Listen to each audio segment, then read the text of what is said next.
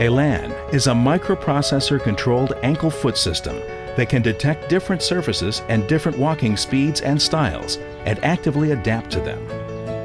It is life-changing because once you are used to it and you know how it reacts, how it adapts, you can do simple things on your prosthetic side that you couldn't do with a fixed ankle. Elan is able to detect different surfaces and different gait characteristics. It's very important that the ankle and the prosthesis can adapt to these different requirements. When an amputee will encounter an incline, it's very important that we do everything we can to effectively assist that action going up the hill, to preserve that momentum. Elan can assist the gait by controlling the amount of energy going in and out of the springs. When the heel strikes an incline, the plantar flexion resistance increases, encouraging increased energy uptake in the heel spring. This energy is released at the moment propulsion is needed to assist the forward movement. As the body's center of mass moves forward, the dorsiflexion resistance is reduced, assisting forward momentum and propulsion. The Elan gives you extra assistance up the hill, up the slope. You don't have to climb over the toes.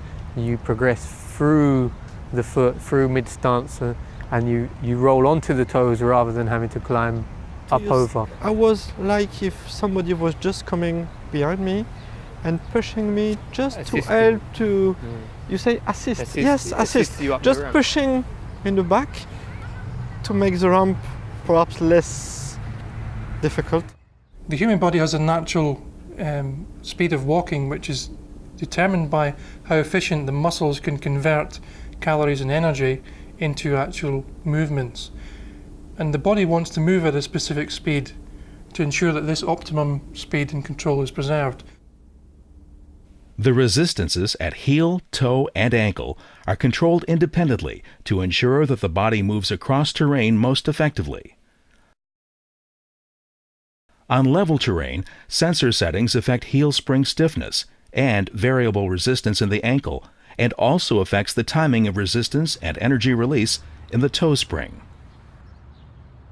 Should stairs or other terrain be encountered, then the Elan will change to a suitable program mode for smooth transition, and adapt again on regaining level ground. The Elan has a speed boost for transtibial users, which enhances the dorsiflexion characteristics for faster rollover as the walking speed increases.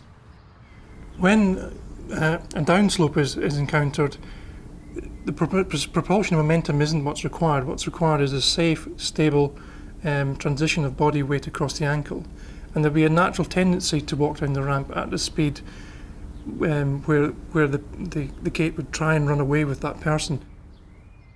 When the foot encounters a downward slope, the plantar flexion resistance decreases so that the foot moves quickly and safely to foot flat. Dorsiflexion resistance increases to support the center of mass and add a braking effect. This also assists knee extension for safe and controlled descent. Even if you are climbing and just after going down, it reacts immediately. Like if he was knowing that what is going to happen just after. You tend to get less socket pressures travel up because it smooths out the lower end of the prosthesis. When those forces travel up the limb, it's a lot more smooth. It is funny, so such movement at the end make a so big difference even in the socket. Yes. Sensor feedback means that adjustment of the Elan can easily be optimized.